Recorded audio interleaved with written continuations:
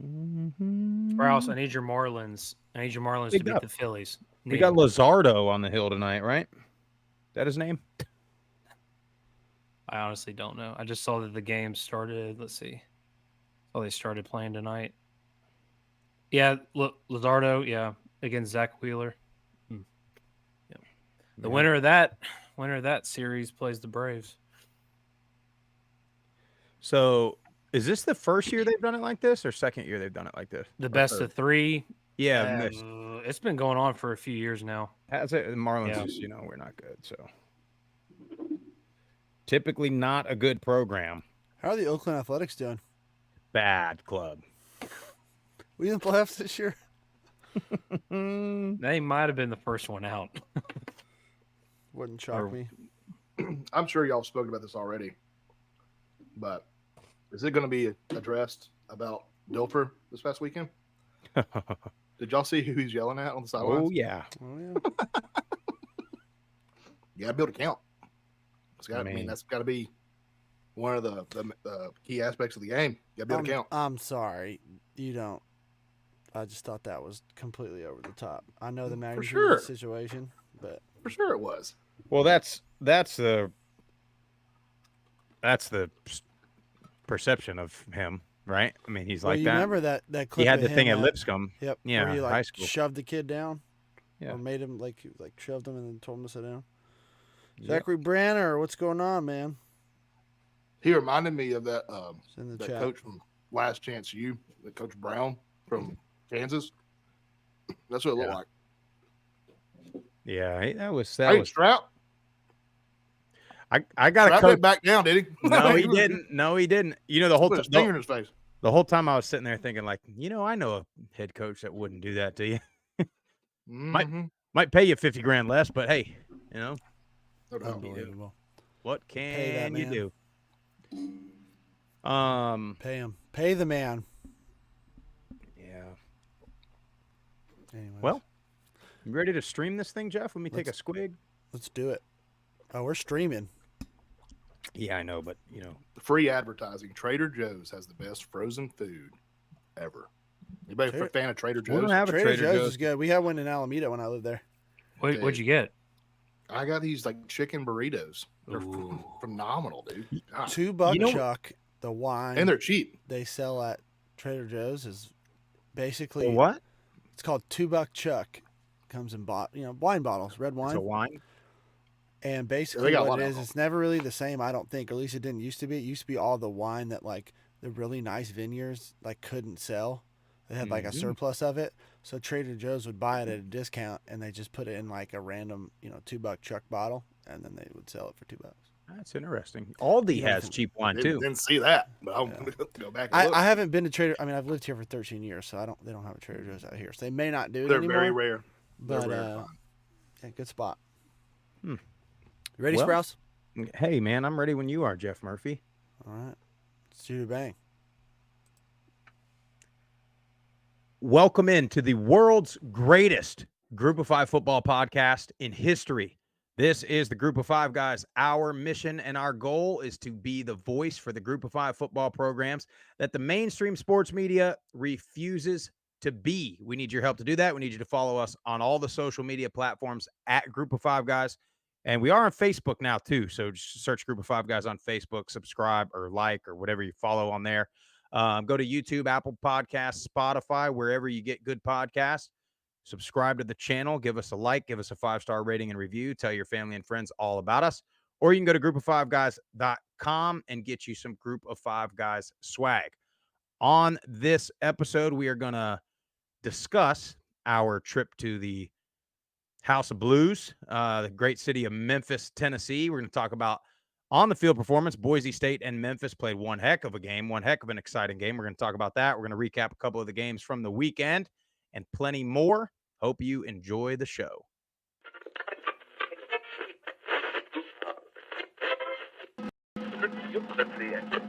Have you had it from somebody born and raised in Lafayette, Louisiana, at a tailgate? Doubt it. Lee Corso is a guy who had a retirement party 10 years ago, and yet he still won't leave the office. Projected getting drafted between the first and third round. Like, That's incredible. The wide receivers are absolutely stacked for the group of 5. I said Michael Pratt has got to show up and play, and boy did he. 394 yards, 4 touchdowns, 48 rushing yards on the ground, and another touchdown.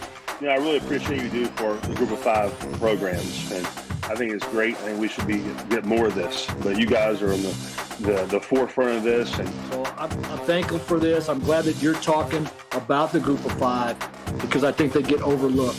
But it's a ton of fun to watch a guy go to the NFL from a Nevada or a Colorado State or a Middle Tennessee or an App State, and fans follow that kid. I appreciate what you guys do, truthfully. Covering the group of 5. Y'all said it earlier, but the Sun Belt to me is college football.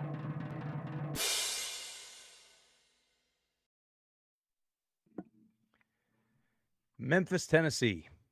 We got to talk about our experience in the city and then our experience at the tailgate and at the game, because let me tell you something, 2 completely different places.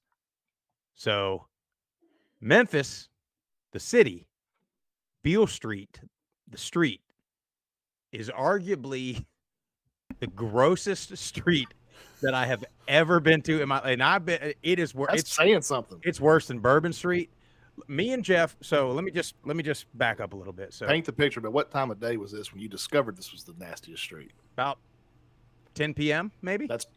So it's still early. Yeah, it wasn't. We're just now going out. Yeah. This was not like a 3 a.m. experience. So Jeff and I stayed at a hotel. Well, first of all, I booked this hotel. I will take complete ownership of this, but I'm looking on Expedia or wherever, hotels.com. And I'm looking on the map, and I see Sheridan across the street, Hilton on the other corner, Marriott of Memphis. I also see Ruth Chris Steakhouse, Seasons 52, Capitol Grill, Target, Whole Foods. I'm like, this is clearly the nice part of town. Well, there's a little Homewood Suites propped up right in between the Sheridan and the Hilton for about $50 a night less, so I go ahead and book it. Well, we get there, ain't no Homewood Suites. It has been rebranded to the Poplar Inn, which me and Murph were 2 of, 6 people staying there in the whole place. I mean, it wasn't terrible. The room wasn't horrible. It was just, it was what you would imagine a Poplar Inn is called. So, yes. Well, I was going to say, from experience, is it better than the Georgia Southern stay that one time we went? Not to crap on Georgia Southern, but yeah. Similar.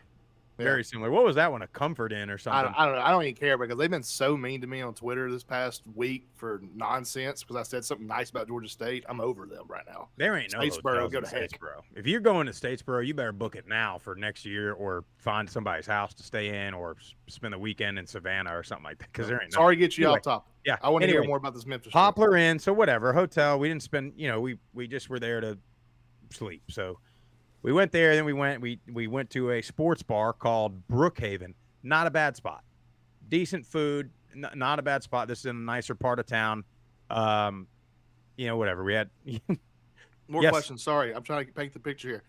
How far is the stadium from Beale Street for our listeners? So where we were staying, we were in East Memphis. So Beale Street is west. And then the stadium's like right in between. So probably stadium to Beale Street, probably not even 15 minutes, I would say. Walk? No, drive. Oh, yeah, drive. So we go to Brookhaven, we get some food, whatever, and then me and Jeff are like, okay, it's like 9:30, and we're like, the smart thing to do would be go back to the hotel, do a little more prep for the show, watch the rest of these Friday night games. But we're like, well, we gotta at least see Beale Street. We're like, okay, let's hop in an Uber. And let me say this, too. We had 3 Uber drivers on the night. All 3 had cars that were ready to collapse at any second. I mean, so Jeff, we're sitting there eating, and Jeff's like, dude, I saw a Chrysler 300 a minute ago that the bumper was falling off. Like, I don't know why he saw it and felt the need to share it with me. Well, 5 minutes later, here comes our Uber, and it's a gray Chrysler 300 with the bumper falling off. I swear it was him. I was getting off the interstate, and I was like, this dude cuts me off in a Chrysler 300. I was like, No wonder why this guy's car is beat to hell. He can't drive. And then, sure That enough, is I fate. swear it was the same Chrysler The same 300 that You were picked us meant up. to meet that guy. I think so. And then we get in the Uber Probably car. changed his life. You don't even know it. And his Bluetooth. Oh my gosh, Bluetooth is skipping. It's like he had a scratched CD playing music. It was just kept skipping, and we were like, "Bro, are you gonna change this?" Well, at least he was trying to play music. There's nothing Yeah, he worse was. than an Uber and it's just completely quiet. So anyway, so he drops us down as close to he could get as Beale Street. Well, so Beale Street, when you look at it at night, it looks similar to Broadway in Nashville. Like all the signs are lit up, whatever. It looks like that.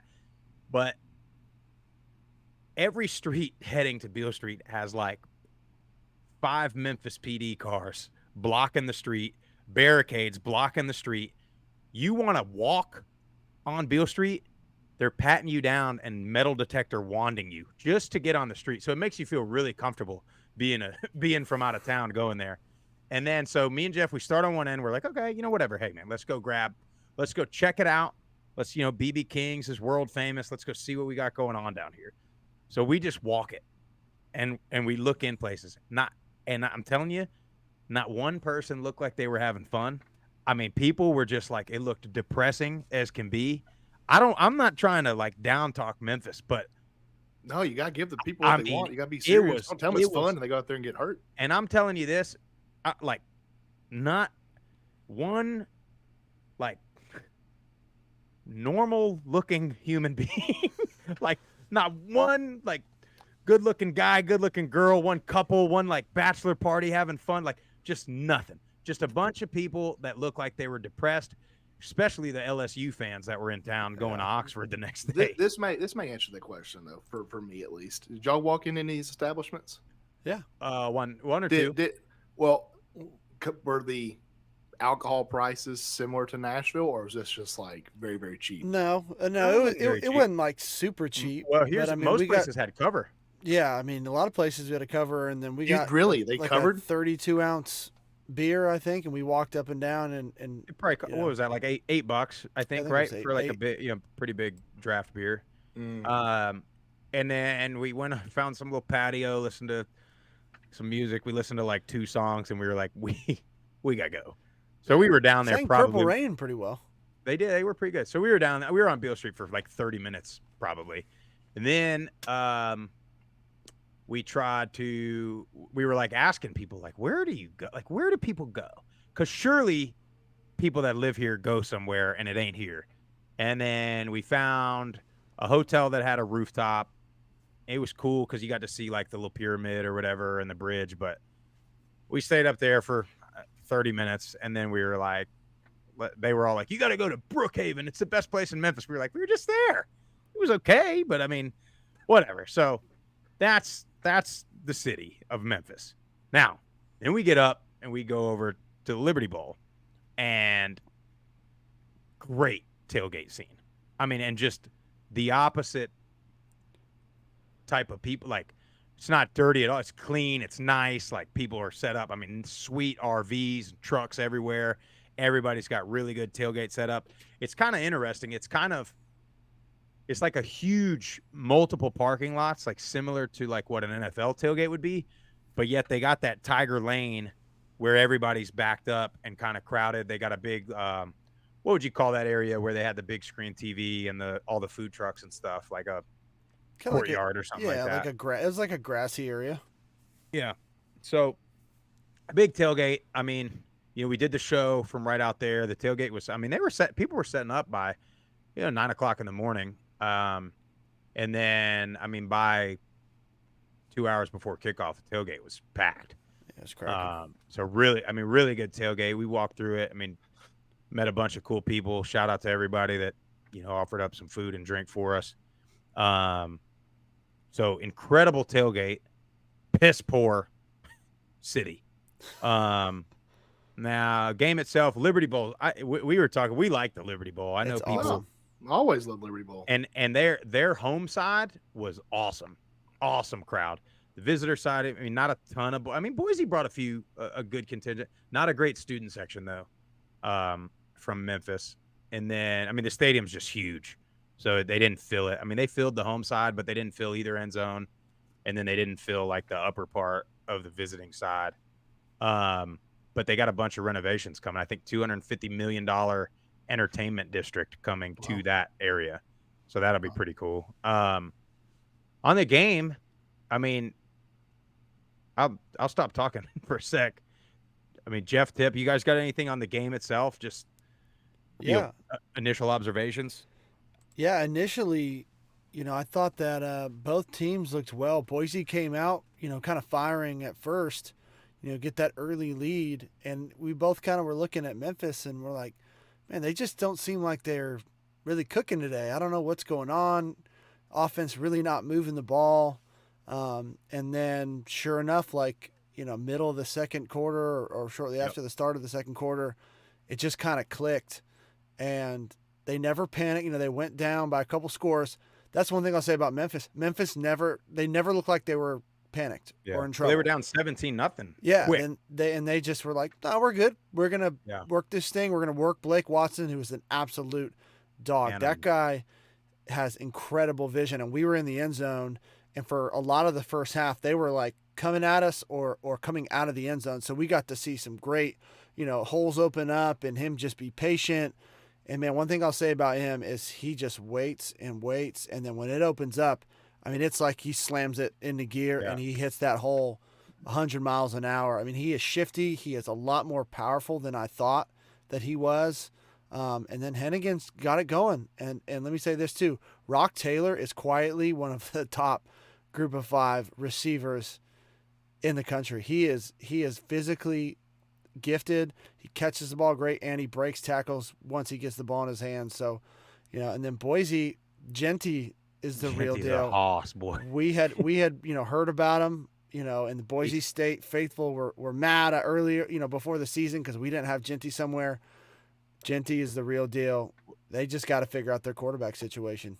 Yeah, well, Jeff, I'll say, a couple things on that. So Watson, Grisham, you would love blocking for that guy because you know how you get those running backs. He's like Le'Veon Bell. I mean, he waits for the hole to open up. I love He's not slamming into his guard's back and injuring the guy. He's just waiting patiently, and then he would slip through like the tiniest little spot.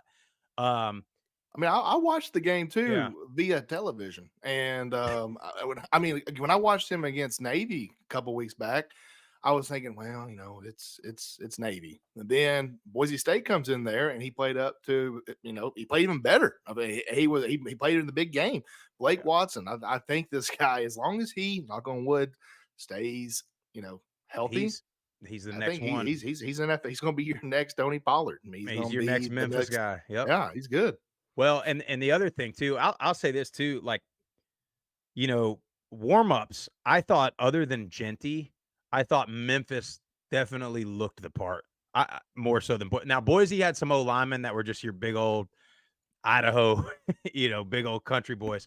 But Memphis, when them D linemen came out and them linebackers came out, it was like, But Genty, you're right. He's a little stout, little short guy, just huge legs. I mean, just huge looking guy. And then I will take the L on this because the whole first quarter I was sitting there telling Murph and Tip, I was like, Seth Hennigan is injured because I literally said, his guy's got a noodle arm. But then something happened in the second quarter and he just started slinging it all over the place. But like Murph said, they didn't freaking panic at all. I mean, we thought that game was over and they came all the way back and pretty much had their way with them. Well, that's what they talk about on television too. Like this guy has like no emotion on his face. He's not worried at all, regardless of the score. He did that against Navy. He did it against Boise State. You want that in your quarterback. He's not going to be stressful. 100%. I'm offensive lineman, and I see any fear of God in the quarterback. I'm thinking, well, he lost. You want to make sure that the quarterback's confident. It's addictive, right? I mean, it's addictive. I'm thinking about contagious. Sorry, it's contagious. Similar. Yeah, addictive. Contagious. I'm addicted to that shit. Well, yeah, he definitely, and he came out and balled, from the second quarter on. And then, Murph, you mentioned the quarterback situation. I don't get it. I told you because they start with Taylon Green, and Taylon Green, by the way, is like 6'7". He is giant in person, so absolutely giant. And he's very, long stride guy. He's not super fast, but once he gets going, he's got them long strides. He's moving, but So he starts. Then they bring in the other kid. What's the other kid's name? Maddox Madison? Maddox Madsen. Maddox Madsen comes in, and he's a little shorter guy, a little better thrower. Well, we were like, you know what? Why is this guy getting the second series? Is Green hurt? And then, Murph brought up the comment, like maybe they're bringing him in to just keep him getting live bullets. Well, then I was listening to it back on TV, and they're saying how he's the better passer, so that's why he's in at the end of the game. Well, maybe I'm an idiot, but if you're down and you need points and you're bringing in your backup, why is that guy not the starter? The guy that you're bringing in to when you need points late in a game is your backup quarterback. Just start the guy. I don't understand that at all. And you can use Green as a change-up guy, a little more athletic guy. But I don't get why you start Green and have him play and sprinkle in this Maddox kid just a little bit, and then, we're down 2 touchdowns in the fourth quarter. Maddox, you got it now. I just think that's a recipe for disaster for both of their heads. But that happens all the time. Maybe I'm completely wrong. You talking about when you're down by a couple possessions, they put in their second string quarterback to win the game, try and get him back in the game. Yeah, like not down a couple, down a touchdown in the fourth quarter. I've seen it happen already a few times this year. I mean, Jacksonville State, Rich Rod, he's pulled the same move, yet he's kept that guy in now. That's a bench and a replace, not a we're going to do this every week because he's a better passer. Okay. I'm with you. I see what you're saying, but this isn't like we're going to bench Green because we need a spark. This is what we do. This guy's a better thrower. This guy's a better thrower. We use him. Okay. So I don't like that at all from Boise. But I remember a national championship from about 4 or 5 years ago where they put way different. Way different.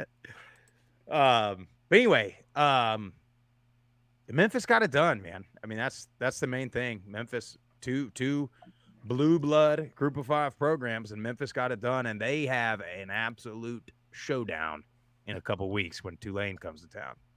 So, but Timpson, how in the world in the preseason, or maybe it's just me, I thought you agreed too. I was like, I like Memphis' schedule. I think it's built for them to win out here. Their schedule's brutal right now. Maybe it's just based off of just how the teams are performing in the American. But yeah, they got a tough stretch. Well, hell, I thought Boise State was going to make the playoffs. They've lost 3 games already. Yeah, but I thought NIU was going to be good too. Yeah, that's tough. We'll get to that anyway. Hey, so enough of Memphis. We got to talk about some teams and players on the rise. We're going to do a new little segment here every week. It's time to start paying attention to the South Florida Bulls. Damn it. I've been paying attention to them for 3.5 years, and finally it has come to fruition for me. But what is so funny to me is their Twitter fans have just emerged out of nowhere, and they are proud to claim the most annoying fan base in the country. They love it that they're known to be annoying, and it's funny because their brothers down the street, the Central Florida Knights, blew like a 30-point lead to Baylor over the weekend, and the South Florida Bulls look to be the best team. I think I know what you're going to say there, Grisham, because I was going to say it too. It's not a good look for the group of 5 that Cincinnati, Houston, and UCF are the worst 3 teams in the Big 12 right now. Well, you kind of just lined me up there. I was going to use this for be a atrocious award for Central Florida to come out there. Jeff, is there any way in the next 5 seconds you can keep me up real quick? It's atrocious. It's atrocious. Central Florida comes out there and is beating the holy piss out of the Baylor Bears. They are up 35-7 at one point, 35-10 to start the fourth quarter, and you allow one of the largest comebacks in fourth quarter history at home, Gus Malzahn, for Baylor to come back. I ain't gonna lie to you. This never happens to me. I had Baylor money line, so I was ecstatic. I was really pissed off throughout the whole game. I started watching the fourth quarter, and give UCF some credit. That was an amazing play by the quarterback. Can't remember that young man's name, how he kept the play alive, running back 50 yards and throwing a first down pass. However, Gus Malzahn, it was atrocious how you go into the Power 5 and you get beat by a 25-point comeback in the fourth quarter. It's atrocious. It's atrocious. It's atrocious. Continue with your South Florida Bulls. I had to get that off my chest. Can I add to your award too? Then one of the players immediately after they gave up that loss got on Twitter and started bashing the fans for leaving early. They left early because you were kicking their ass, dude. I mean, jeez, buddy. I didn't know that, and I literally about just choked on my drink laughing on mute. That is hysterical. Yeah, but anyway, so South Florida Bulls. Listen, they've lost 2 games. One to Alabama, which was the game that everybody was like, "Well, wait a minute now, we might have something here." And they lost to Western Kentucky in week 1. But you look at the rest of their schedule, pretty winnable ball games at UAB, home versus Florida Atlantic, at UConn, at Memphis. That'll be a tough one. Versus Temple, at UTSA. I mean, right now, I'll tell you that's a winnable game. Maybe not by then. And then versus Charlotte. This is an 8 or 9 win ball club, a team that hadn't won 8 or 9 games in the last 8 or 9 years. So, I mean, this is an incredible turnaround for South Florida. They're going to be a bowl team. They're going to play in a pretty good bowl game. And, hell, they go to a pretty good bowl game. You can already book. Sprouse is going to be buying some tickets for that. We have to go into the Gasparilla Bowl right there in Tampa.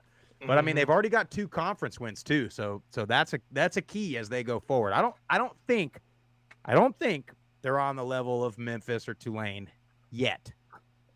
Can I also add like a 2-second comment here? Maybe the American Conference just really isn't that good though this year. Is that just me? Could just be me. Jeff kind of gave me a side glare. I think there's only 2 or 3 teams that are pretty good. So I agree with you that South Florida could run through and handle most of their opponents. Well, I do agree. I think that because what did we say during the American preview? We said with all 3 of them other guys leaving, who's going to be that 3rd, 4th, and 5th team? And right now, we didn't think it would be South Florida, but damn it might be. I mean, I think Tulane is quite a bit ahead of everybody else. UTSA, it's all about their health, I think. If they can get healthy. And then SMU is quietly sitting there. Memphis, maybe. But after that thing's wide open. Wide open. So, anyway, start paying attention to the South Florida Bulls. I know I've been doing it for too long, and now we have arrived. But, Jeff, who are you paying attention to, my friend? Need to start paying attention to the running Rebels of Las Vegas. They're looking good. They're 4-1 right now, 1-0 in the conference with the win last week. 12th in the nation right now, 214 rushing yards per game, averaging 36 points per game. So they have figured something out in that ground game on offense, and it has not been Brumfield. He's been hurt the last couple weeks. Maava, their freshman quarterback, has been playing very, very well, adding to that rushing attack. Pay attention. I don't know if they're gonna win the Mountain West. I think that's a stretch. I think Fresno State and Air Force look really, really good, but it wouldn't shock me if they knock off a top team, or if they affect who makes it to that championship game. But keep an eye out for UNLV. I like it. Swaggy, who we looking at? Jumping off the train, jumping back on the train. I tell you what, Tulsa Golden Hurricanes. These guys have been the real deal this year. Their offense has been amazing, led by Cardell Williams, a freshman quarterback. They have lost to probably the number 1 team in the country right now, Washington, representing out your West Coast there, Jeff Murphy. And Oklahoma, they got a pretty big game. We'll find out how good Oklahoma is this weekend. But they shut the door, put the nail in the coffin on NIU. I think they pretty much destroyed the NIU season last week. And then they at NIU, and then they host Temple and blow them out by over 21 points. This Tulsa offense is something to be reckoned with. And like I just said, I don't think the American Conference is really that strong. They have FAU at FAU. I think we'll find out more about Tulsa this week. This week they play FAU. And then a couple of weeks down the road, 3 weeks down the road, Tulane. I think Tulsa has a chance to have about an 8-win season. So if you're a betting man, I would take some Tulsa money lines. Well, it goes right along with the theme of what we've been saying every week for the past 3 weeks. Start playing these freshman quarterbacks, these dual threat kids, and just let them go to work, man. Let them learn. If you got nothing else to lose. I also realized what I just did there, and I know that Tulsa probably now is going to get destroyed. So you may want to go with FAU this weekend, because every time I support Tulsa just a little bit, they let me down. Ask Jeff Murphy. Well, you got, what is the line on that game here? You got FAU 4-point favorites there in Boca Raton. I love the +4. Give it to me. Tip, who's the time to start looking at? It is it is time to start looking at Arkansas State. Oh no! Yes, I They're know. back. This is the same Arkansas State team that lost to Oklahoma 73-0 in week 1. Butch Jones on the sideline crying on his knees, where a player had to come help him up and give him some words of encouragement. They make a quarterback change week 3. They bring in the freshman dual threat quarterback Jalen Rayner. Since then, the last 3 games, this Arkansas State offense has averaged over 42 points a game. They're 3-0, and then they're about to start. I mean, we are getting in the thick of conference play. So I am not sitting here saying Arkansas State's gonna win out or anything and win the Sun Belt West. Say it, Tip. Say it. But I'm saying they're gonna. You've been a Butch Jones fan for quite some time, Tip. And don't you even start. You love Butch. They are gonna brick by brick. They are gonna beat some teams that we didn't expect them. Who they got this week? They got. I love it. They're at Troy. Oh, 17 Troy point by dogs. a billion. I mean, come on. What are they? They're gonna be- 17-point dogs? Yeah, I know, A lot of points. That's a lot of points. that is a lot of points. A lot. But then Troy at Troy or at Arkansas State? It's at Troy. Shit. Okay, I don't have to get it. But, What did he say? They're going to be champions of life. Is that what they said? Is that what he used to say too? That's what every losing coach says. Well, yeah. Well, I think that's what he said. I don't remember. But again, I mean, this is a team. The first 2 weeks was it JT Strout at quarterback scored 3 points in 2 games, and this team they're hot right now. You bring in that dual threat freshman quarterback. They've won 3 straight games. We're about to go into conference play. We're about to see what this team is really about in this Sun Belt West. And to Tip's credit, I mean, they lost to a good Oklahoma team and it looks like a pretty good Memphis team. So we'll see. mm-hmm. Well, both your 2 teams, Tulsa too, lost to Oklahoma by a lot, and they look like they're just fine. I'll tell you what, we're gonna find out in 2 weeks. We're gonna be like all 4 of us were so wrong about all of those picks. No, I like that. I really do. I like South Florida. I mean, every team y'all said. UNLV. That's so interesting about UNLV too. I mean, you would think that place would be rocking being in Las Vegas. Like if I was a recruit, send me to Las Vegas, dude. I know. You kidding me? Maybe that's why I'm not the kind of caliber they want because I know they can't trust me in Las Vegas. Yeah, you're gonna get a little NIL money and take that thing straight to the casino. It's gone. It's gone. I put it on red. Anyway, so let's look at some of these other games here in the American Conference. Hey, What's up, Sprouse, Jeff? real Yes, quick, I do want to bring up something. I want to shout out the chat on YouTube. If you're watching on Facebook, Twitter, wherever, got a pretty good live chat going. Hop in there. We'll call you out if you got any questions. And we got Stu's Right in there, Steeple PC's in there, Zachary Branner's in there.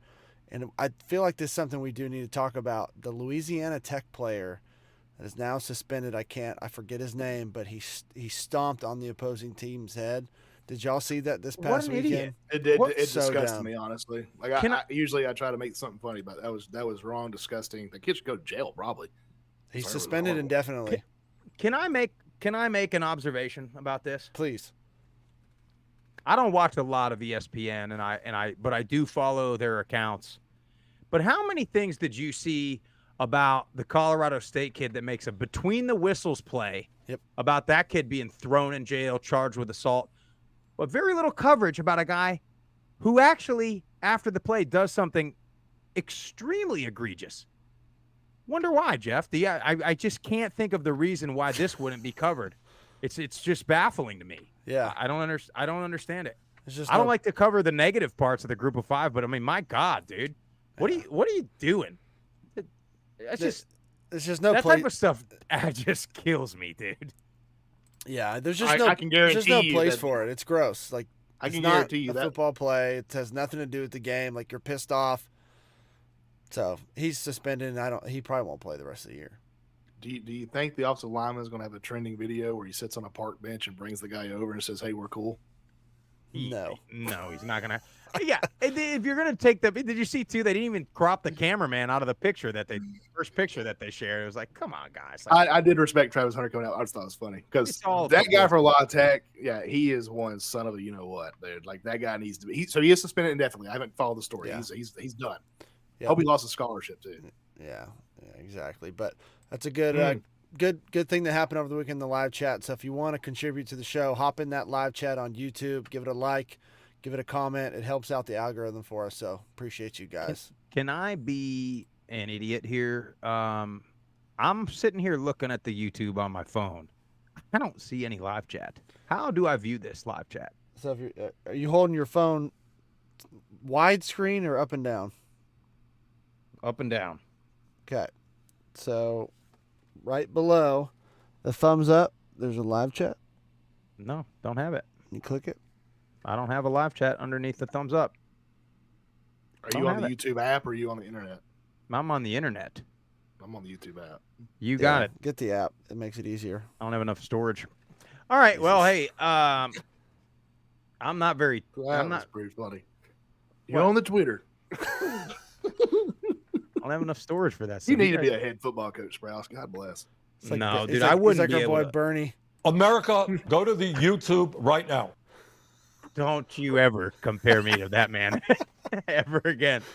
We got to talk football, boys. Get back on track. Here we go. UAB. It's another thing we got to discuss. UAB and Tulane. So Tulane, they struggled quite a bit with UAB, and UAB, I would say, is kind of improving. I'd like to say I told you that it was going to be closer than what people thought. Yeah, I mean, you still beat them by 2 touchdowns. It was a great game. Yeah, but that's a part of what you're going to talk about here in a minute was what made it 2 scores. It was a 1-score game down the stretch.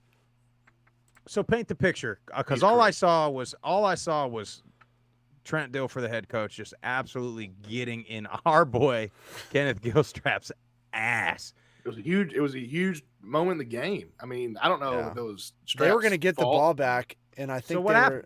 They put 12 guys on the field, right? Is that what it was? What happened? Yeah, it was 12 players on defense. I think it was, I'm pretty sure it was that or a legal substitution or something. Yeah, it was punt. They were going to get the ball back, and I believe they were only down by a score. So that penalty gives them the first down. They go down and score. Now they're down by 2 scores, and that's pretty much the ball game. You interviewed Strap, and I can't remember. Is he the special teams coordinator? He is. Oh shit. Can I say something else too? Please. Maybe bring up another comment. Damn it, Strap, I love you to death. I hope this isn't true. Was he on the staff at Middle in the Conference USA Championship game when we put 12 guys on the field and lost the Conference USA? I don't think he was on staff yet. Anyway, I don't know, but sorry.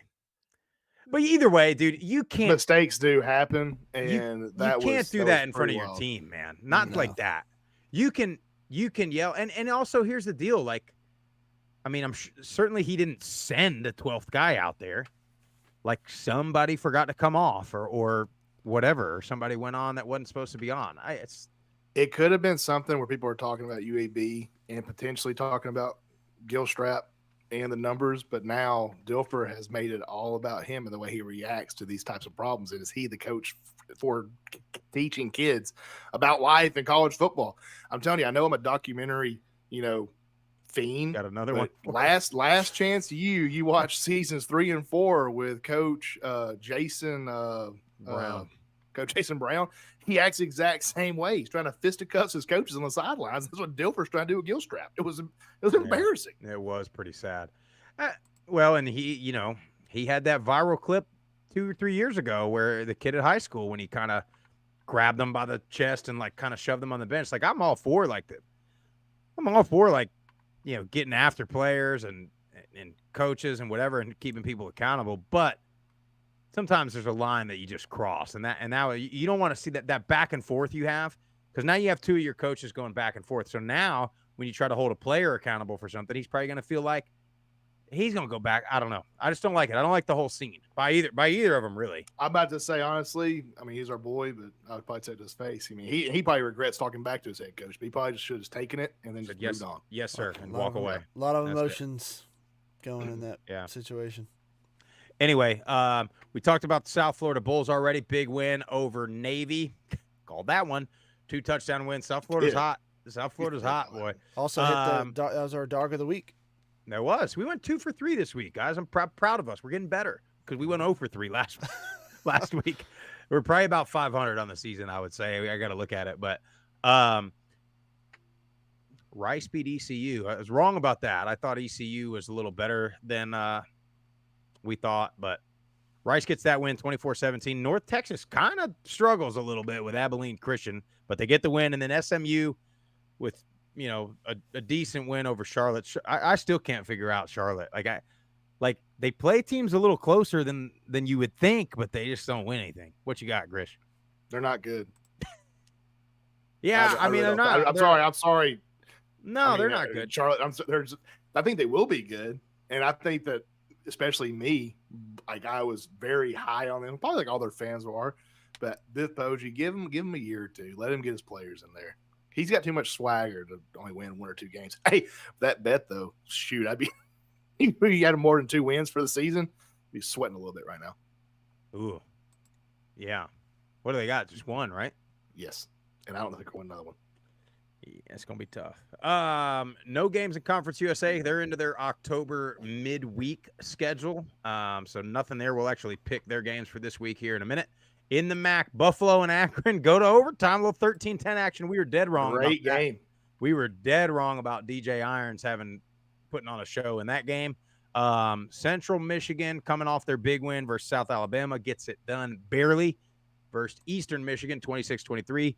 Miami of Ohio quietly sitting there at 4-1 gets another win, and their defense is stout. Their defense is very, very good. So they hold Kent State to 3 points, get that win. Bowling Green got it done for us, boys. Sure did. Georgia, I will say this. Georgia Tech, Buster, Jeep, I'm sorry. Y'all are not good. I mean, it is not a good ball club. They're hard to watch. I don't care. They're probably watching right now. They love us. But, yeah, they're hard to watch right now. I watched the very first game against Louisville, and I was like, is Louisville that good? Yeah. But, yeah, Bowling Green, congrats to them. Putting up 38 points versus anybody is a lot of points. We were at Memphis. I didn't get a chance to watch or see most of it, but I was keeping up with it. I don't know.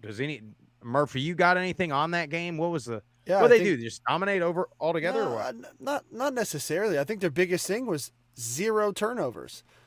And Bowling Green ended up having 2 interceptions and a fumble. So when you get into these tight games, I swear that's what it comes down to, because you're giving away possessions from your offense and the other team is getting extra ones.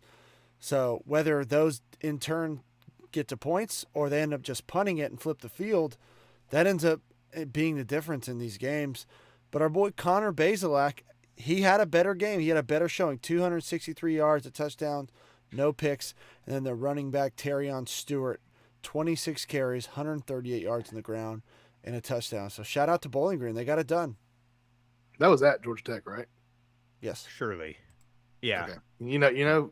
Falk, it was like, well, that was me 10 years ago. Seen this before. Yeah. Buster, Jeep, you guys had a good thing going in a little town called Murfreesboro. Just couldn't do it. We got out of there. Yeah. By the way, this is complete change of subject. I think it was in the Coastal Georgia Southern game. Was that the game? That was on NFL Network, right? Yeah. So the one announcer, they got a DB named Bartholomew. And the announcer on NFL Network on multiple occasions was like, Bartholomew with a big flash breakup. I was like, it's a long last name, but it's not an uncommon name. Bartholomew again there. And I'm like, there ain't no way that he's called Bartholomew. Barcelona. But anyway, I thought I'd bring that up. But shout out Bowling Green. Western Michigan beats Ball State, and then Toledo, and we were a play away from NIU being back. And can't win. They don't know how to win. There's those close games again. But Rocky Lombardi played a whole lot better. He didn't turn it over this week. And they got close to beating the best team in the MAC. So maybe though. You're off. Completely off. I'm off. Yeah, man. Yeah. No, it was all or nothing with them. Well, Sprouse, in our pregame show, I said Toledo gives up a lot of rushing yards. They did run it. Yeah. 186 yards on the ground that defense gave up. So maybe that's the recipe to, beat Toledo is pound that rock in the ground, control time of possession as much as you can, keep finning those boys off on the sideline, and you got to be able to score points. But it's way closer than we thought. Yeah, 100%. But Toledo's still getting it done in the MAC. They still look to be the favorite. But Miami and Ohio are both close. You go into the Mountain West. I mean, the Mountain West, I think everything kind of went like we thought it was going to go. Fresno State didn't score a ton this week, but they did beat Nevada pretty good. Utah State in a little barn burner versus UConn. Best game besides Baylor and UCF that I watched. that game. Bettor's remorse. I had Utah State -3.5 or -3, sorry. And they go into let UConn go and score, Jeff. What happens? I think we're going to go to overtime. I'm going to get this 3-point spread. They block the PAT and win the game. Can't make this up. Can't make it up.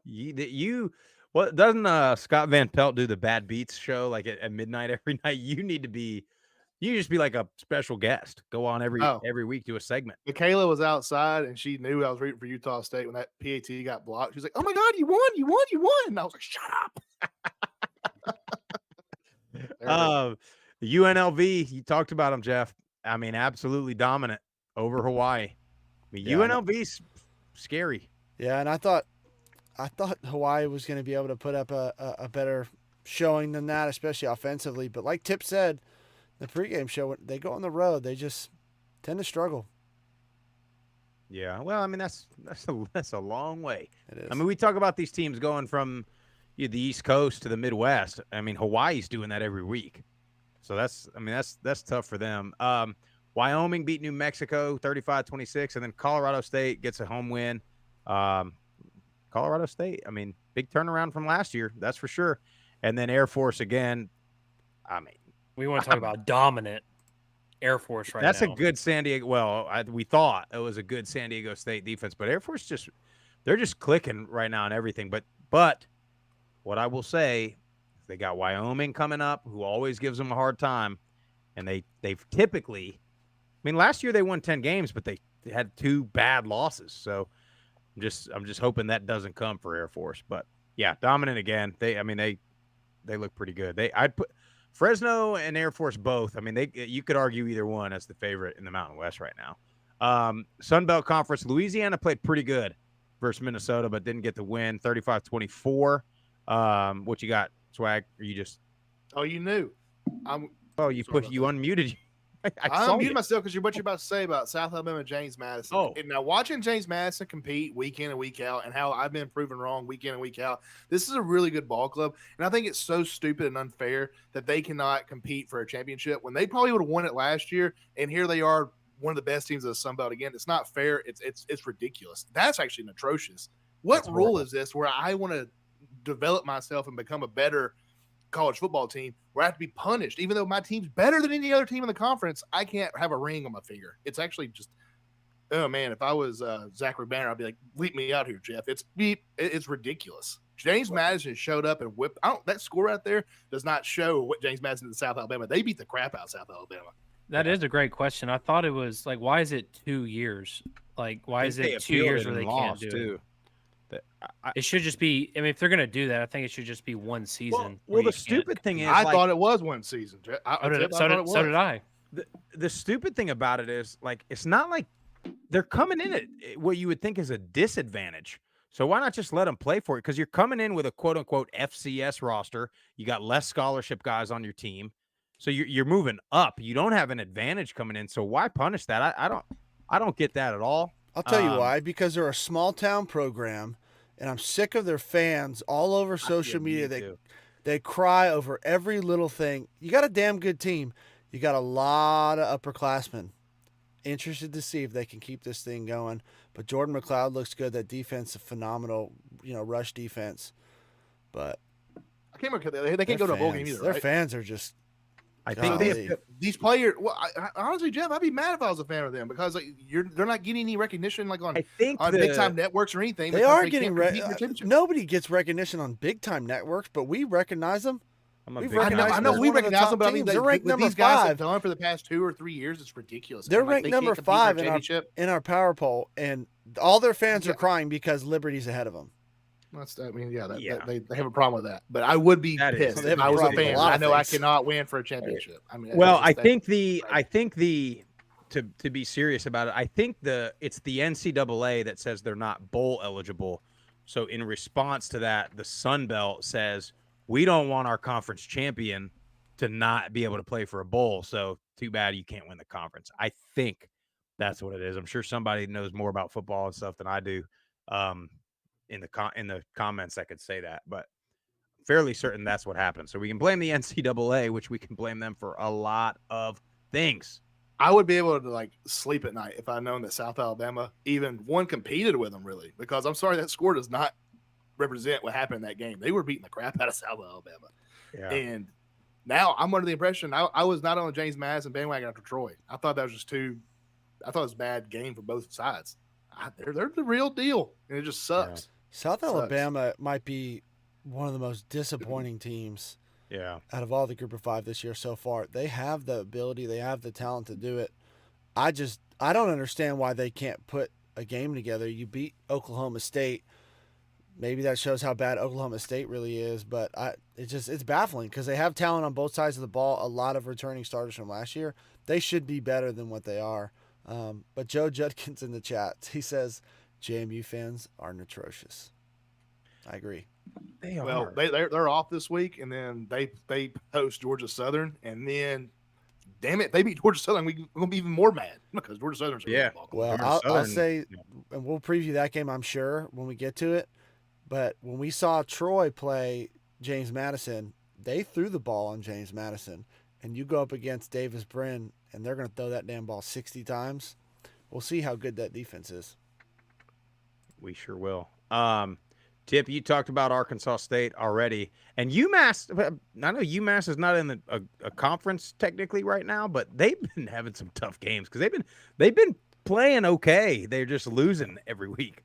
And then Marshall survives against Old Dominion, so Marshall 2 down for their gauntlet of their schedule, but it don't get any easier. So ODU. I just can't figure them out. They're the best bad team in I was about to say football. that's what they are. They're the best bad. They compete. They do.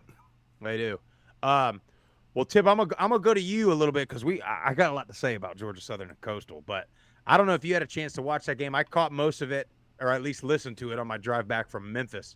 But Coastal, are they bad? I mean, is that what we're dealing with here? I don't think they're bad. No. I mean, you run into a really good Georgia Southern offense. I mean, we even saw at the game that we went to when they hosted Jacksonville State. I mean, Jacksonville State was moving the ball on them fairly well, but just in that game, Coastal's offense was too much for Jacksonville State's offense. But you run into one of the best offenses in the Sun Belt and in all the Group of 5 in Georgia Southern, and it was on the road too. Davis Brin, 322 passing yards, 3 touchdowns. McCall, 4 interceptions. I mean, that can't happen. Yeah, you can't do it. But Sam Pinckney had a great game, 7 receptions, 132 yards, 1 touchdown. But it's the combination of the turnovers and also Georgia Southern's offense. Did y'all see? Well, that's the first time in a long time on TV you could hear a legitimate crowd noise factor. And it was they only hold like 26,000, and that place was cracking. They sold out. It was absolutely electric. Yeah. I don't think you can. It's like, the atmosphere was great, but going back to your question if they were good or not, I think this just shows you how good the Sun Belt is. The Coastal Carolina's a very good team, but I think out of all conferences, and I will give credit to Mountain West because I think they definitely liven up the stadiums as well. But these are impactful home advantage games, minus Georgia State. Georgia Southern is going to load that. Georgia State, I tell you play them away, you don't want them. Play them at home, yeah, you got a shot. But Georgia Southern hosting Coastal Carolina. I mean, Coastal Carolina, yeah, they're fantastic. But Georgia Southern, there's so many good teams in the Sun Belt that not only just good teams, they have a fans support behind them that's going to give them a home field advantage, and that's the difference between the Sun Belt, in my opinion. If you and also if you take away, not that this is fair, but if you take away the Wisconsin game, Davis Brin right now, 12 touchdowns, 2 interceptions. That dude is absolutely lighting it up. He's incredibly accurate, and I watched a lot of that game on the ride home as well. But I know I picked Coastal, and I'm still high on them. I just don't think the offense is necessarily clicking. But in that game, I believe it was right before halftime, if I'm not mistaken, Davis Brin throws a post route, and it goes to 2 Coastal players' hands in the end zone. Should have been intercepted. The corner cuts off the safety who's going to dumb easily into a pick, and then it skips into the receiver's hands for a touchdown, and they go into the half with basically a free touchdown, and then they get the ball at the half. Like, there's been like 2 or 3 like weird plays in the Coastal losses that just swing the momentum to the other team, and then they can't climb back into it, especially with an offense like Georgia Southern has. Like, you get down on them 1 or 2 scores, like, they're not stopping throwing the ball. So, like, you're playing catch up. So I still have faith in this Coastal team. Their defense looked better this week, and they started out the game running some of that triple option out of shotgun that we saw Chadwell's offense ran last year, and then it just they got away from it. So, I mean, can't turn the ball over for sure, and McCall has been very good about that in his career, so I'm not necessarily sure what's going on there, but I think they're going to beat a couple teams down the stretch. They're going to get their wins. Don't they play? Steeple just commented. Steeple's comment said it was packed, all caps, packed. Yeah. He was there. Statesboro changed your life, man. That place, that environment, that tailgate. I mean, that place is absolutely incredible. I think Coastal, don't they play App on Tuesday night next week? Believe so. Tuesday night. Trap game for App State right there. Hey, Steeple and Stu's right. Y'all need to get together. If y'all, I know 100%. Steeple's going to that game. I think Stu's going to that game too. So y'all go have a couple Yingling flights for the guys. It's in Boone, right? Yeah. Boone will show out on a Tuesday night. That's about the only place. 40,000 people there. That may be the only place in the country. I mean, Group of 5, Power 5.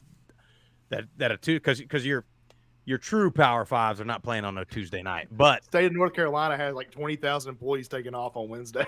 Yeah, or Tuesday. Yeah, 100%. Troy got it done. I mean, that was Georgia State. They didn't get just crushed, but Troy, I think, Troy is just like last year, man. Troy is clicking, and I think I saw where Vegas has the favorites to play for the Sun Belt Championship: Georgia Southern and Troy, which that would be awesome. Offense. Yeah. I think Troy's gonna win the West. That I talked about it. I can't remember if I talked about it Saturday or last Tuesday, but this Troy team was, it was the team that last year lost on that Hail Mary heartbreaker in Boone, and then they didn't lose a single game the rest of the year. They lose a heartbreaker 3 weeks ago against James Madison at home. They lose that game 16-14. They haven't lost since, and we're about to go into conference play, and they're about to play all these teams in the Sun Belt West. So I think they're going to take care of business, and I think they are. You said they are the favorite to win the West. I think they are going to win the West.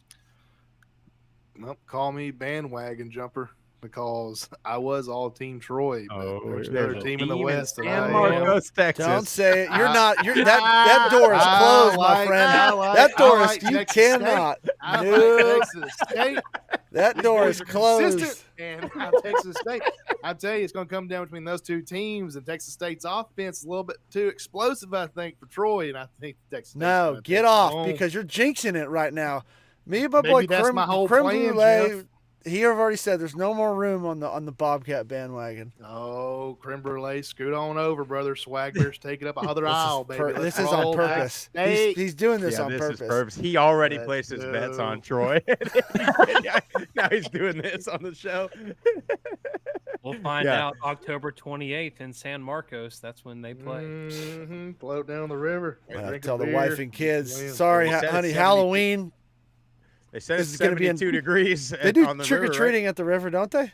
Bring the kids. No, trick or treating's on Tuesday, dude. Halloween's on Tuesday. We already asked. I already emailed our HOA. I said, "Hey, don't look. be that guy. This should be the day of Halloween every time." I know. I have people in my neighborhood always doing that too. I'm like, no, because then you're gonna have kids that don't know. They'll be knocking on my door on Tuesday when I already did trick or treating. I'm gonna be the angry old man saying, "Get off my lawn." You know what I mean? So just keep it on Halloween. We confirmed it. My wife and I, we put together a sternly worded email, and we just said, "Hey, look, here's the deal. Halloween's on Tuesday.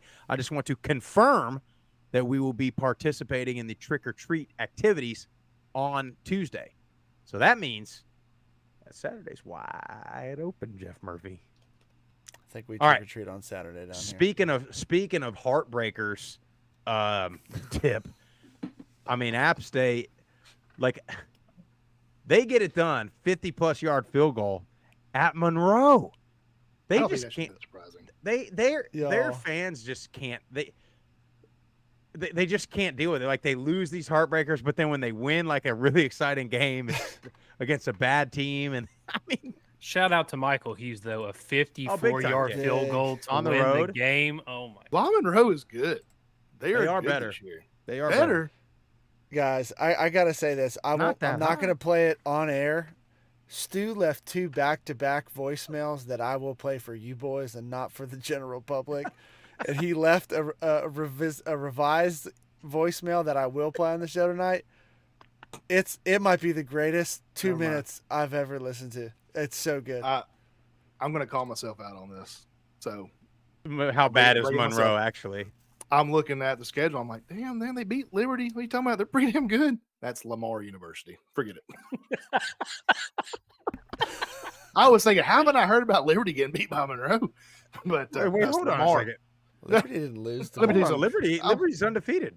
I know they are, but that's what I said. I saw LSU. Monroe beat Lamar. Lamar, yeah. And I was looking at Lamar's schedule. I'm like, damn, they beat Liberty week 2. So I didn't hear about that. I was like, that must be pretty damn good. Okay, sorry, it's Lamar. Do we need to have like a group of 5 guys like late night where we just play? We let Zachary Branner and Stu leave their voicemails with unedited version. Group of GOFG uncut. We put it at like 3 a.m. I love a TV MA. All right. We're all over the place today. We got to get to our picks. We got some good picks for this week. I feel good. We went 2 for 3 last week and honestly, the one that we were most confident about is the Sam Houston Jacksonville State. We had the under, but they decided they wanted to start scoring points, throwing it all over the place. Brought to you by Southern Roots. Jeff Murphy, do we have a Southern Roots commercial? Shout out JP, by the way. Sure do. Are you tired of listening to the same music playlist? We got just what you need. Southern Roots Radio is an audio magazine rooted in Americana, curating music, culture, and sports to a stubbornly independent audience. Go check them out at southernrootsradio.com, or you can download their app on either the Apple or Google Play Store. Southern Roots Radio. Come on in and stay a while.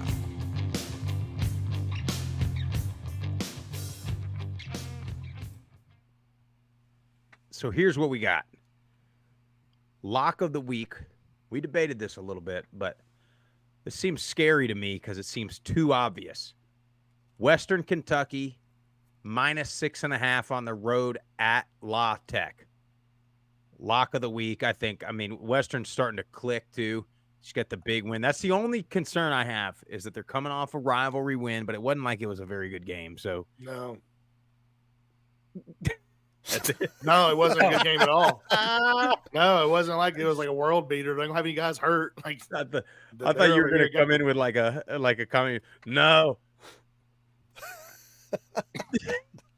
Kentucky -6.5 against La Tech. MTSU didn't really put much hurt on them at all. So no, they didn't. I mean, I think that's the best lock you've given all podcast season, honestly. Well, these are not. Don't put these all on me. Like I'm the one giving these locks. I think this is a group best pick of the group. There you go. Dog of the week, taking the Thundering Herd of Marshall +210 on the road at NC State. Marshall, you just got to keep getting these wins. They're 2 down out of their gauntlet of like 8 in a row, tough games. So even got to beat them. Just keep covered. That's plus 6.5. Well, but that wouldn't get us our money line pick here. Yeah. Oh, I'm sorry. Sorry. We got to win. Marshall, we got to win this thing. Sorry, gotta win it. And then our over-under pick, we are taking San Jose State at Boise State under 59. Boise State having a little quarterback controversy, which I think they asked Avalos about that after the game, and he had some kind of not great answer to it. So I think there's a little bit of unrest in Boise, Idaho right now. So San Jose State at Boise State under 59. Also, they don't really come out until game day, so you have to download the Prize Picks app. Use our code GOFG. They'll give you a free $100. Match your deposit. Always take the number 1 receiver over 5.5. That's rule number 1 in Prize Picks. We got some midweek games, Conference USA games. We got to make picks on.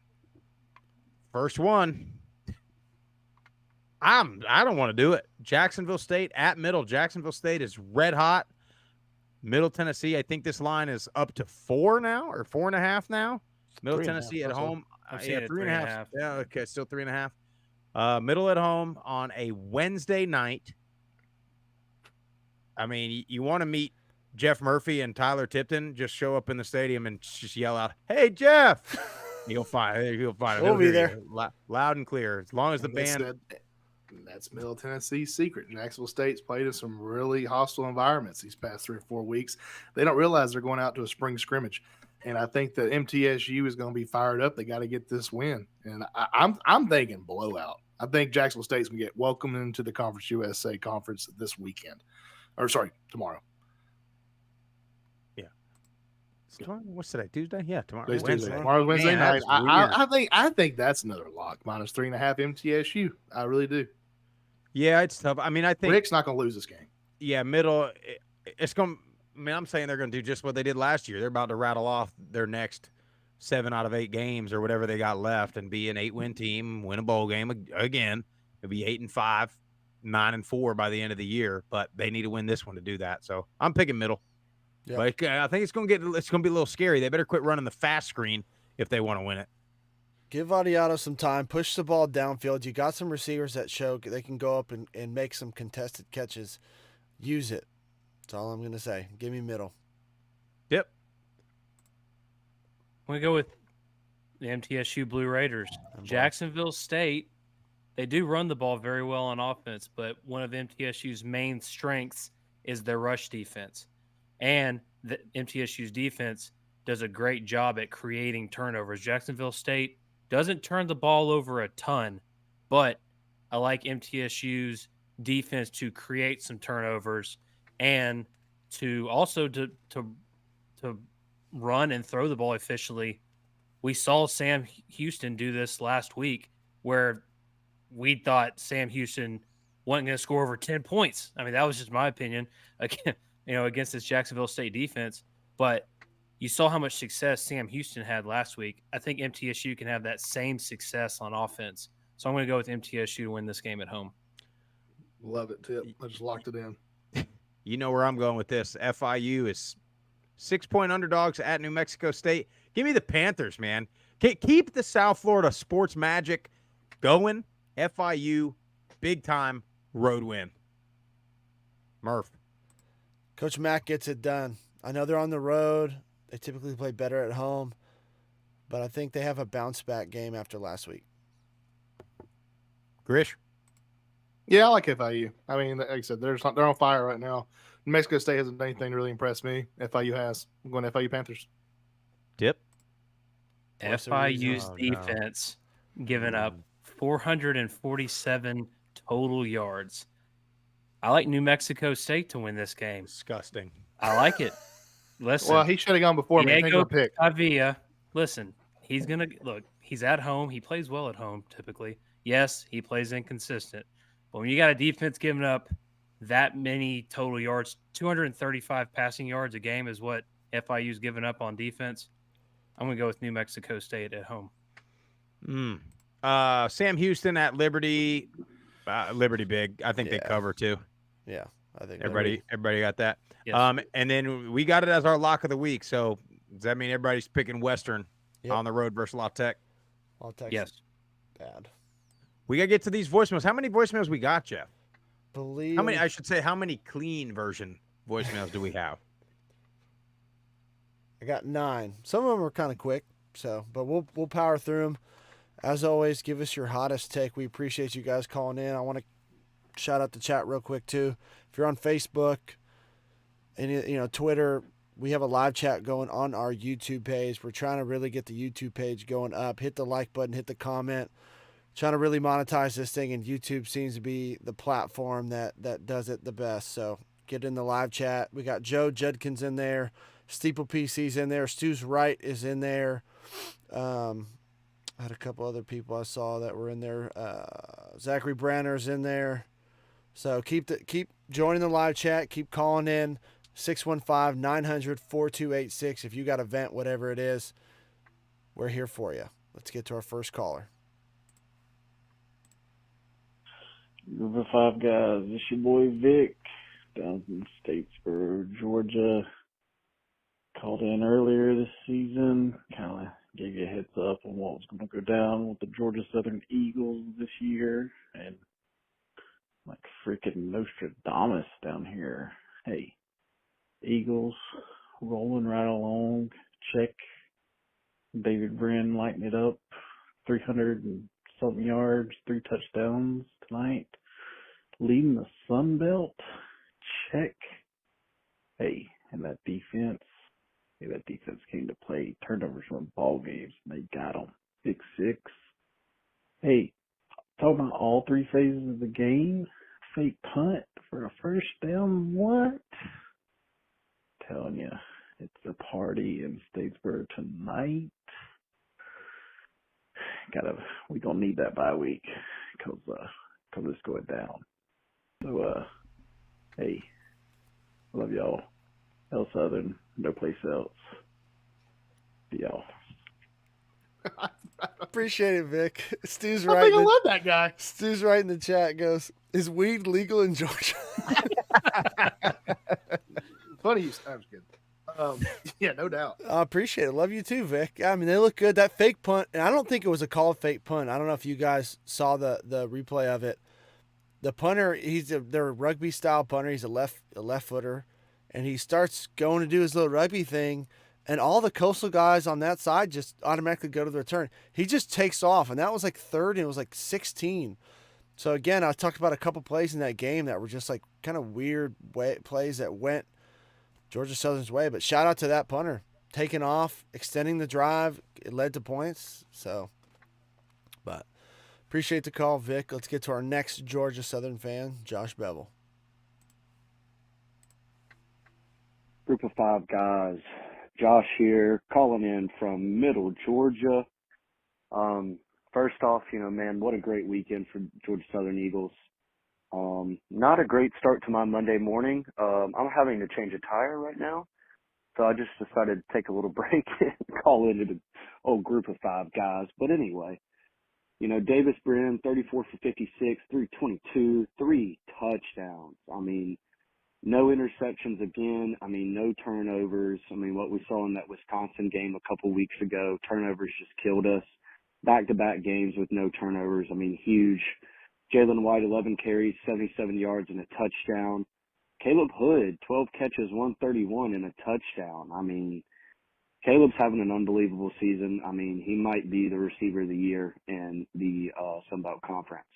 Marquise Watson-Trent, 4 tackles, 6 solo tackles, and a pick. Game-sealing pick at that. And Grayson McCall, we still hate you. He went 22 for 39, 299, touchdown, and 4 picks. And Braden Bennett for Coastal, 15 carries, 114, and a touchdown. They had 2 guys over 100 yards as well. Coastal's a good football team. They're not a bad 2-3 football team at all. They put up a damn good fight, but just like any other football team, you can't win with 4 turnovers. But I'm sorry about y'all's Middle Tennessee State. Y'all lost in upsetting fashion last week, but y'all looking to get back right against Jacksonville State on Thursday night. -3.5 at home. I like MTSU. I got a feeling that they're going to come out hot. They need a big win just to get some confidence back. And, man, I mean, going back to Georgia Southern, defense has really got to step up. And, they're doing a good job of creating turnovers. But, man, we got to stop that run. I mean, we're struggling to stop the run. And, we got JMU after the bye week, October 14th, I believe. And JMU's undefeated. Probably should be a top 25 team right now, in my opinion. It just comes down to, does Georgia Southern turn the ball over? I think if they don't turn the ball over, you're going to see a close game like we did in Paulson Stadium last year. And speaking of Paulson Stadium, I mean, sold out crowd, absolutely unbelievable attendance, record-breaking attendance. I thoroughly enjoyed that game, and thankfully I did not overserve myself this time. I remember every second of the game this week. Congratulations. But, anyway, hail Southern, go Eagles, and please remember to listen to Water Hose Drinkers. Follow us on Spotify and YouTube and Twitter. Thank you. If that was anybody else, I would cut out his shameless plug, but it's well, and here's the thing. Good. Here's the thing. I mean, I didn't know that he's not a millennial. What is that, Gen Z? I didn't know they knew how to change a tire. So, I mean, congratulations to him and his dad on that for teaching him, raising him to do Absolutely. it. And, yeah, spot on all his points, though, about Paulson, Georgia Southern, Coastal, all that. So, yeah. Appreciate you, man. Huge home field advantage. All right, let's get to Zachary Branner. What is up, man? It's Zachary Branner. It's a very, calming call this week. I was actually, don't be ashamed.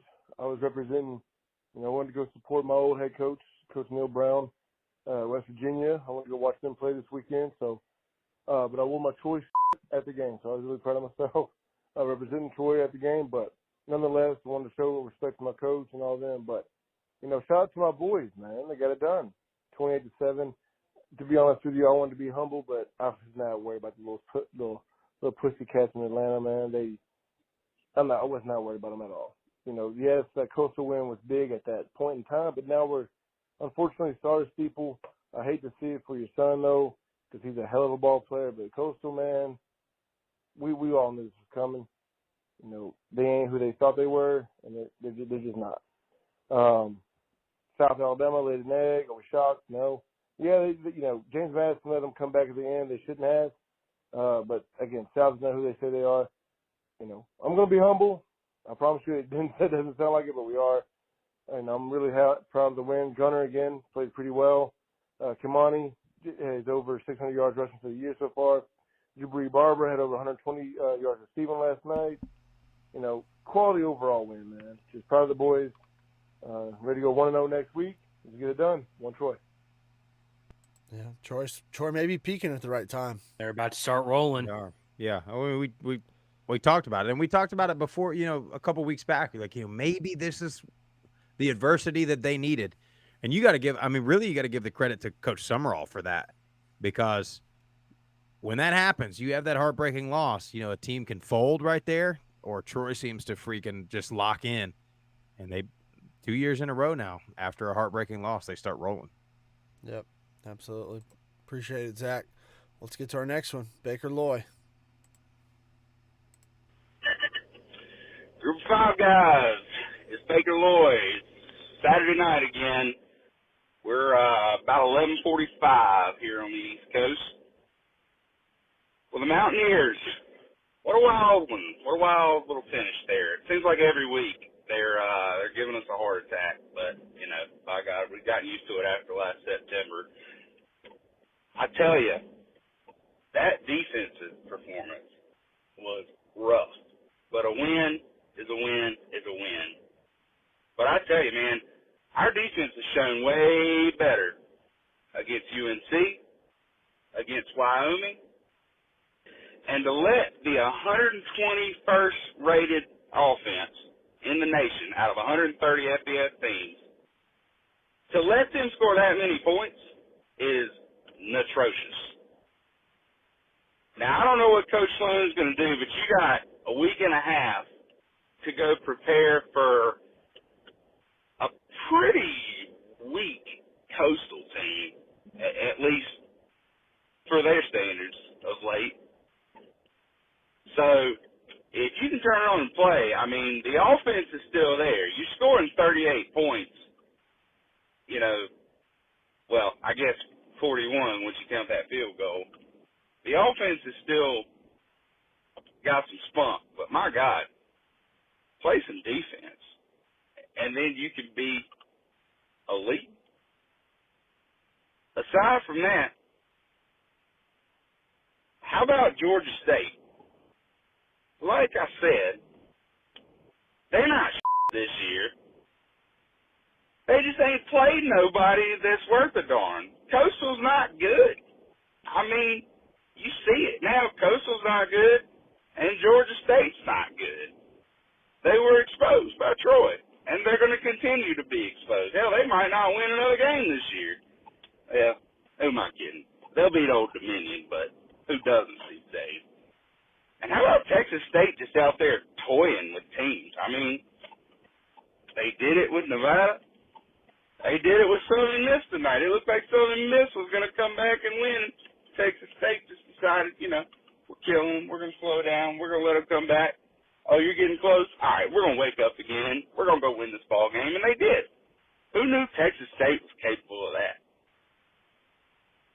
Georgia Southern continuing to play good ball. Steeple, we'll see you in Boone in a couple of weeks.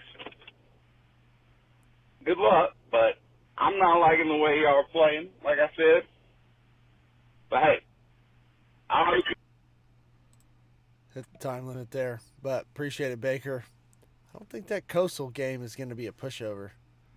You know, all those complaints about the field goals that App State kicked last week came in handy this week now, didn't it? Well, gave them a little confidence, gave that kid confidence to kick the game winner as time expired. So, you know, they were probably mad that they kicked the field goal before, 10 minutes before that. They probably wanted them to go for it. I'm sure. But appreciate it, Baker, as always. Yeah, if you guys try and link up with Steeple if he's down there, you App State fans, he's a good dude. All right, let's get to our boy Terry Johnson. Group of five guys, Terry Johnson here, calling in. You know, had a tough loss to Minnesota. To be honest with you, I didn't watch that game because I was at work all week and I was out sailing on my ship.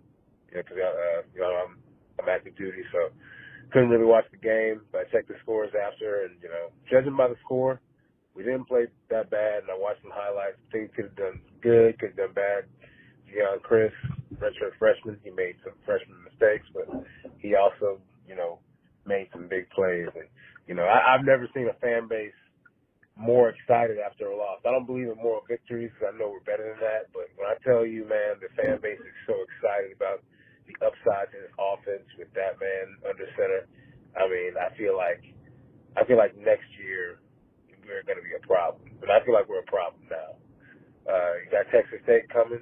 Creme brulee, bring it on. Texas State's never beaten Louisiana. As a matter of fact, we play our best games when Texas State comes to Louisiana. And it's a televised game, ESPNU. I don't know why they didn't put it on ESPN2. People want to see USF and UAB. And, you know, hey, I know, Sprouse, I know you love the Bulls, but USF, good game. I mean, they're going to get back there. I do believe it, but it's just not there. I feel like, you know, it's a more exciting game. UL and Texas State. Texas State beat, you know, Baylor 4-1, and UL with an exciting quarterback, redshirt freshman. I think there's going to be a lot of points scored in that game. I just don't see UAB as really that good of a team, and to be honest with you, even with Trent Dilfer, I just don't think that they're that good of a team. You know what I'm saying? But hey, they want to see probably Trent Dilfer yell at his assistant coaches, and you know he's got a name and everything, and that's why they want to put him on ESPN2 and they moved us to you. Whatever, I get it, whatever. But I think we're going to have the more exciting game. Texas State, UL, going to have a more exciting game. I don't really want to give you a prediction. I'm going to be honest with you. I really do think Texas State is an overall better team just because the amount of experience they have. You know what I'm saying? But, you know, home field advantage, I think the fan base is really getting behind Zion and this offense and this team and Dez. And, you know, it's going to be a fun one.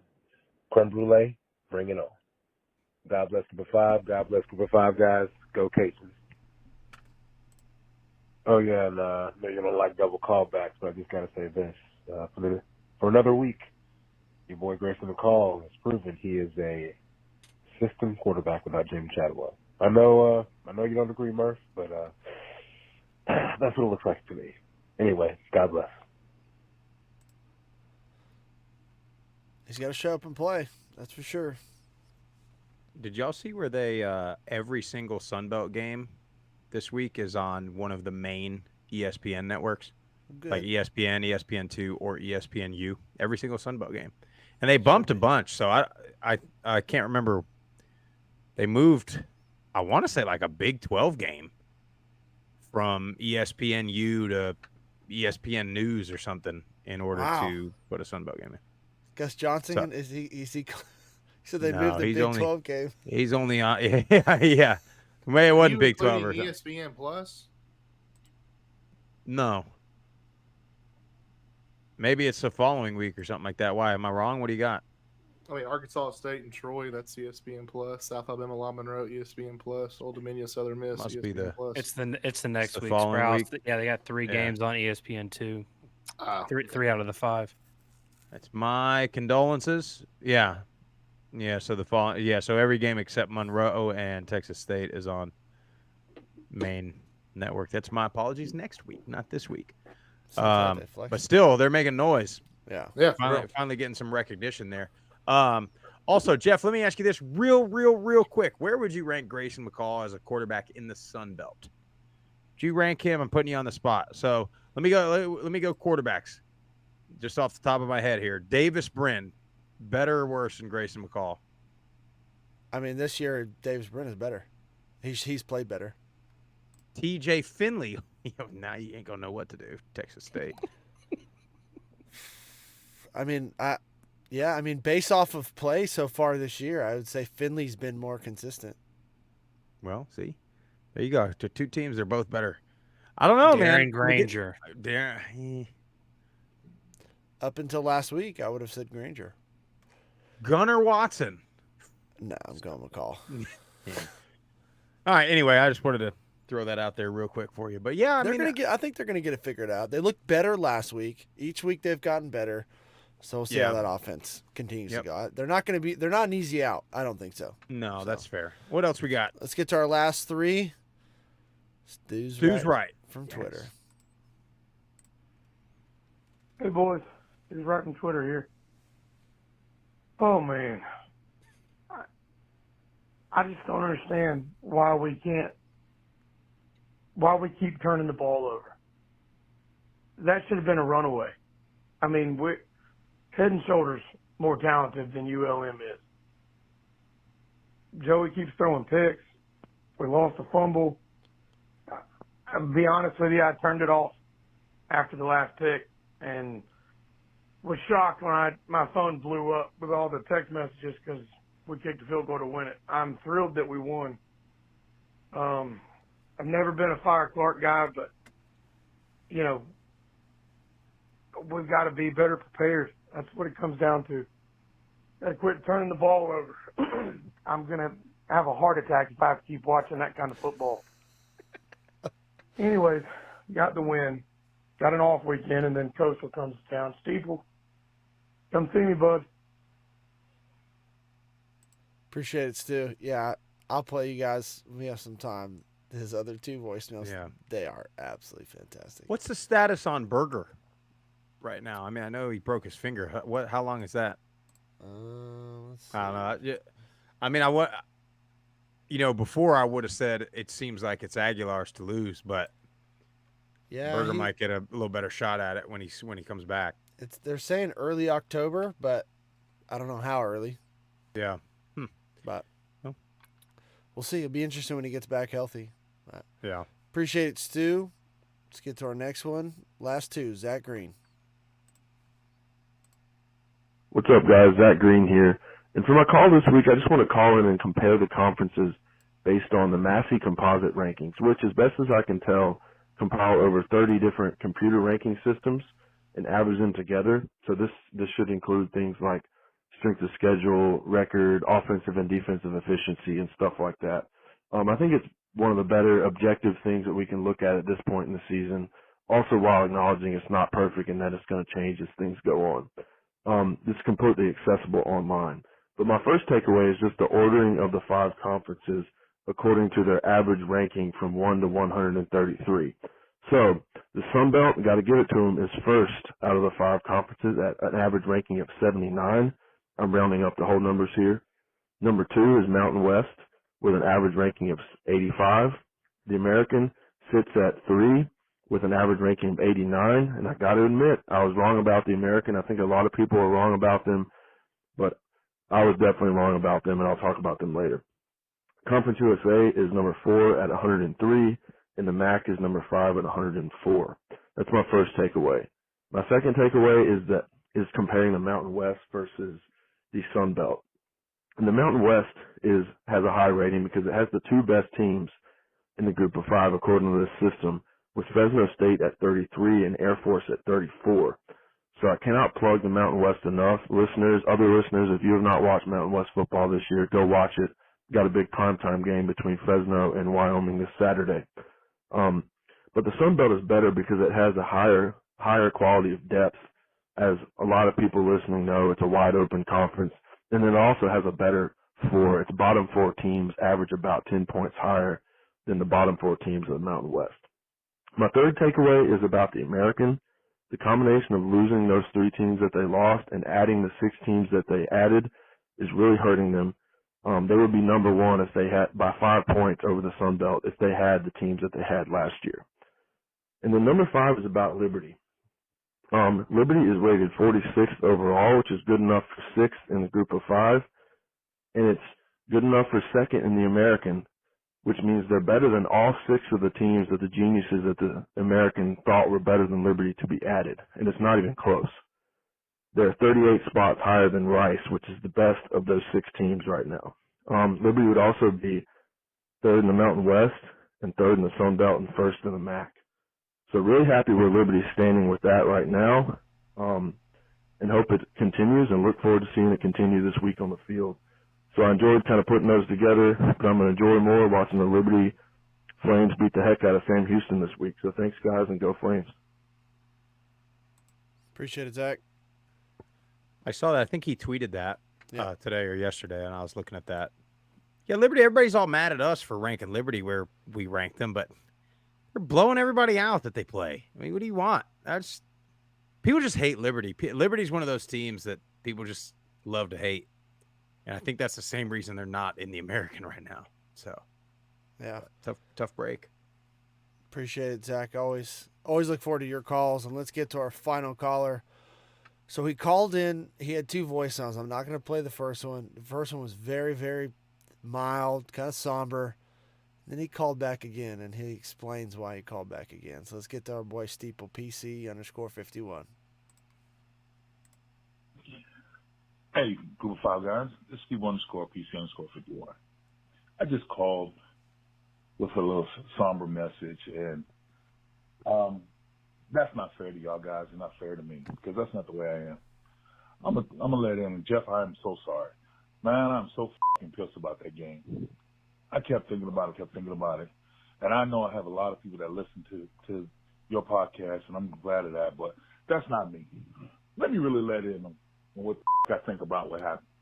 Look, in the beginning of the year, I was like, the top quarterbacks was Grayson, South Alabama quarterback, and Georgia State. Georgia Southern's quarterback, David Brandon. I actually watched them. Look, that motherfucker was supposed to throw at least 5 interceptions that night. They got 1 touchdown off of a deflection between 2 people that didn't make plays. This and the fake punt. Hey, look, everybody get on Tim Beck and trick it about what they do. Man, they call a pretty decent game. There are some calls that you can say we can be Monday morning quarterbacks and say, hey, that wasn't the right call. But I think they call a pretty good game. Our guys need to step up. Period. I don't see how you're going to lose a game with 2 100-yard receivers and a 100-yard rusher. Georgia Southern did not do anything to really win that game. They got 21 points off off of 2 fucking turnovers, and then they turn around and got 7 points off of after doing a fake punt, which that's the responsibility of the players to make sure at least somebody has a responsibility to keep the kicker in check. Man, all this other stuff that goes around. Look, I'm going to tell you, I've been so nice about everything else in the Sun Belt. Guys, we become friends, stuff like that. But I'm going to tell you what, y'all better be on fucking notice, because I'm telling you right now, Coastal is not to be dealt with. We are going to win some games. We are going. And Stu, dude, you better watch out. We are coming in there that Tuesday, and we are going to kick y'all ass. The rest of y'all better be on notice, because this team is not that bad. Yes, we need to throw more fade routes to 1-5. Yes, we need to put number 14 in space and give him the ball. Yes, we need to spread them out and then go ahead and hit it with Braylon Bennett. Yes, those are things that we have to do. We have to make our read, but damn it, on defense, we got to pick it up too. We're coming. We're coming. Now, you wanted the real me? This is the real show. I'm giving you the real me. Listen, I'm telling you, we're coming to y'all place and we're going to take these W's, and then we're going to see y'all asses in Conway. Good night. Coming in Somebody hot. gets Steeple in the locker room. Give him the pregame speech before the app game. There ain't no doubt about it. He ain't wrong. No. They got to make plays, man. Like that pick. I mean, you got to come up with that. That's a game momentum changer, especially right before halftime. So. Yeah, all these games. I mean, all these games have usually, the relatively close games. They have that one play or series where it just completely swings the momentum, or it kind of gives the game away. But and what he said, the 17 points off the turnovers. I mean, you eliminate the turnovers, Coastal probably wins this game. That's just it's tough. Yeah. Well, that's all we got, Jeff. That's all we got for the voicemails. Appreciate you guys calling in. Love the live chat. That's been great tonight. So keep that going, guys. Keep it all coming. We appreciate it. We want to hear more from you guys. So keep that going. And the chat, they think we need to do the G5 after dark. They want it. Maybe. Yeah. Well, that's all we got for you. We are not going to campus this week, or probably not next week. We're tired. It's a little rough when you drive. We don't have the private jets of the ESPN world. So we need y'all to go to the Group of Five Guys website, groupof5guys.com, get you some merch. It would really help us to continue our travels. Follow us on all the social media platforms at Group of Five Guys, and go to YouTube, Apple Podcasts, Spotify, wherever you stream your podcast. Subscribe to the channel. Give us a like. Give us a 5-star rating, review, leave a comment. Most importantly, tell your family and friends all about us. That's all we got for y'all tonight. We are out of here.